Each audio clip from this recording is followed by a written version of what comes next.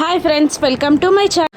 మీనన్ కోపంగా యువరాజ్కి ఫోన్ చేస్తాడు. ఇలా అంటుంటాడు మీనన్, ఆ కమిషనర్ సత్యప్రసాద్ని, హోమ్ మినిస్టర్ ఆదికేశవుల్ని ఆ జేడీ టీం అరెస్ట్ చేసింది, ఎలాగైనా వాళ్ళని బయటికి తీసుకురావాలి అని మీనన్ అరుస్తూ ఉండగా, వాళ్ళని అరెస్ట్ చేసి కస్టడీలో పెట్టింది JD team bye.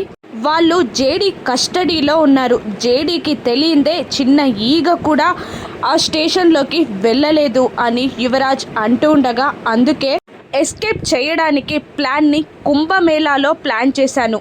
CM family మొత్తం కలిసి కుంభమేళాకి వెళ్తున్నారు. అక్కడ సీఎం ఫ్యామిలీని కిడ్నాప్ చేసి బ్లాక్మెయిల్ చేసి మనం కమిషనర్ని, హోమ్ మినిస్టర్ని మనం విడిపించాలి అని అంటుండగా, అలాగే బాయ్ అని అంటాడు యువరాజ్. మరోవైపు ఆ ఇన్ఫర్మేషన్ అంతా సాధు జగదాత్రికి చెప్తూనే ఉంటాడు. ఇక ఆదికేశవుల్ని, సత్యప్రసాద్ని విడిపించడానికి కుంభమేళాకి వెళ్తున్న సీఎం ఫ్యామిలీని కిడ్నాప్ చేయడానికి మీనన్ ప్రయత్నిస్తున్నాడని సాధు చెప్పగానే, అంటే చిరకాల మిత్రులని విడిపించుకోవడానికి మీనన్ అప్పుడే సన్నాహాలు మొదలు పెట్టాడన్నమాట అని జగదాత్రి వెటకారంగా అంటూ ఉంటుంది. అవును, అందుకే కుంభమేళాలో ల్యాండ్ అయినప్పటి నుంచి మళ్ళీ రిటర్న్ స్టేట్ చేరే వరకు ఆ ఫ్యామిలీ సేఫ్టీ, సెక్యూరిటీ అంతా మీ బాధ్యతే.